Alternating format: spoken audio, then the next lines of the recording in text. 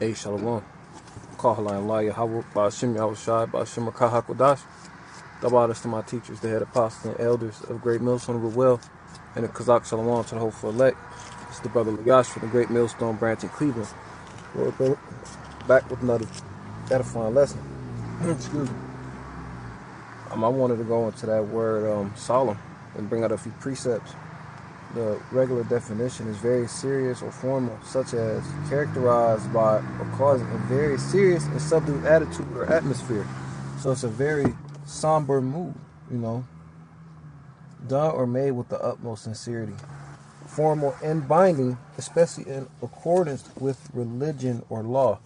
So this is a very, very important day. So for newcomers who are in the fold, like this isn't like Easter, like this isn't a festive occasion like people in the world are accustomed to celebrating when they get together. Think of this more as like the vibe of a funeral. It is better to be in the house of mourning than of mirth, And the etymology of that is perform with due religious ceremony or reverence. And who are we reverencing? That lamb. That lamb being Yahweh Shai. Sacred, devoted to religious observances, made under religious sanctions, and again binding, because this is going to be kept through all generations. We are rehearsing the righteous acts to do what? Show sincerity, to show we understand the severity of the mercy had on the house of Israel during the Passover.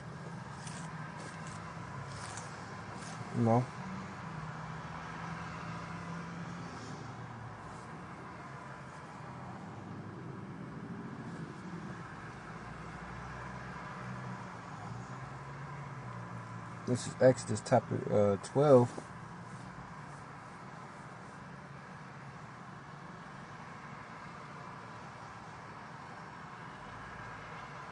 I'll start at 5. It says, your lamb shall be without blemish, the male of the first year.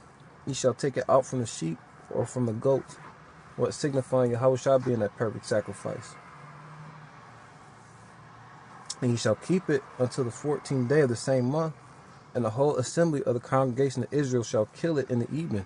And again, being binding and this being very serious, the Lord gave specific instructions, because if you didn't follow these, you would die. And they shall take of the blood and strike it on the 2 side posts and on the upper doorposts of the houses wherein they shall eat it. And they shall eat the flesh in the night, roasted with fire and unleavened bread, and with bitter herbs they shall eat it. So these things tie into the sincerity of this particular feast day. Do not eat it raw, or do not boil it with water, but roast it with fire. You don't have time to, get your dainties in order, get your garlic, your butter, your salt. No. You don't even have time for your bread to rise. Think about that.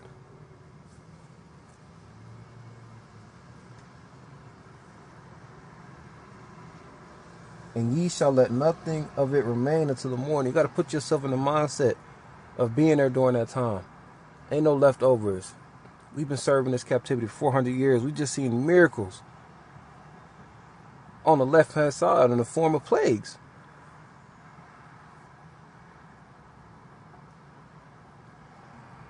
In the midst of all that, Pharaoh still said, no, I won't let these niggas go. Then he finally let them go. You have to imagine the sense of urgency. And those bitter herbs represent the bitterness of slavery and captivity. And ye shall let nothing of it remain until the morning, and that which remaineth of it until the morning you shall burn with fire. And thus shall ye eat it with your loins girded, and your shoes on your feet, and your staff in your hand, and ye shall eat it in haste. Yeah, we gotta go. We don't have time to get comfortable. It is the Lord's Passover. For I will pass through the land of Egypt this night, and will smite all the firstborn in the land of Egypt, both man and beast. And against all the gods of Egypt I will execute judgment. I am the Lord Yahweh. Right, and that almighty word let down from heaven, like it says in Wisdom of Solomon. That death angel being Yahweh Shai. killing everything that didn't have the blood, which represents the mark of exemption. Now that tawad, and it is Ezekiel 9:4. You know.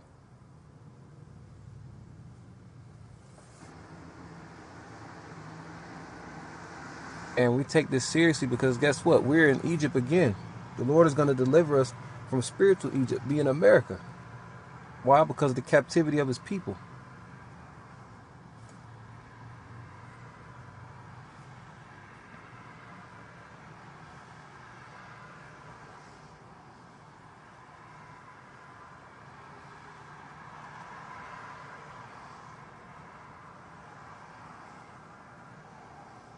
Second Ezra 15:10 says, "Behold, my people is led as a flock to the slaughter." You know, the Lord compares us to his sheep, his husbandry, his cattle. It says, "I will not suffer them now to dwell in the land of Egypt, but I will bring them with a mighty hand and a stretched out arm, and smite Egypt with plagues as before, and will destroy all the land thereof." So this is written during Ezra's time, so they were long gone out of Egypt. So what Egypt is that talking about? Here in America. The Lord is going to bring plagues again. We seen it a couple years ago in Miami with the apparitions. You know what I'm saying? That's just one example. But Yahweh Ba'Shem Yahushai is about to, kill those modern day Egyptians. And guess what? The Lord is going to pass over the elect this time. This time, everybody's not going to be saved. Feel me? But Yahweh Ba'Shem Yahushua is going to come through with healing in his wings for the elect of the nation of Israel.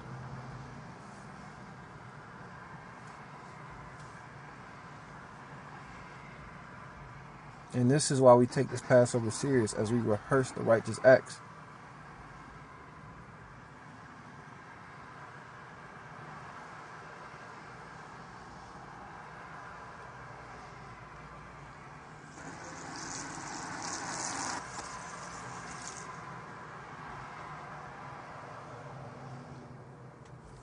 Jeremiah 16:14 says, "Therefore, behold, the days come, saith the Lord, that it shall no more be said, the Lord liveth, that brought up the children of Israel out of the land of Egypt."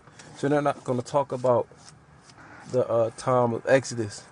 You know, that's going to be child's play compared to the second Exodus, the second delivered from Egypt, which is on the horizon.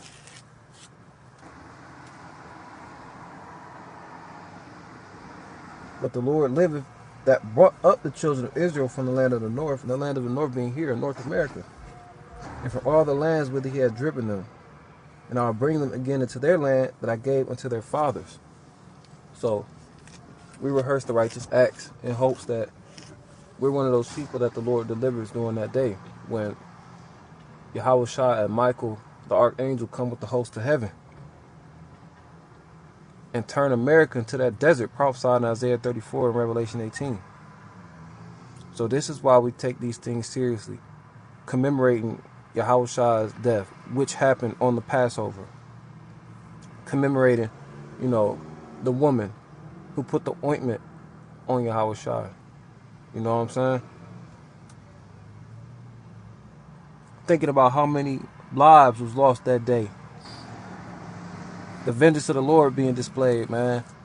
It's a very somber time. So this is not a time where, we come together and we party. We meditate. That bitterness of the herb should remind you. You eating with your shoes on. Should remind you. Reading Exodus 12, Matthew 26 and 27, which we had to do. Examining yourself. Praying Yahweh Ba'Shem Yahushua put you in the right spirit so you don't eat this unworthily. That's why we went into that word Solemn and brought out the precepts. But again,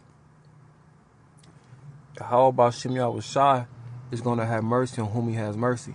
But put yourself in a position to receive mercy. Don't keep tricking off and bullshitting and expect the Lord to have mercy on you. So Lord willing, this is edifying. Until next time, Shalom.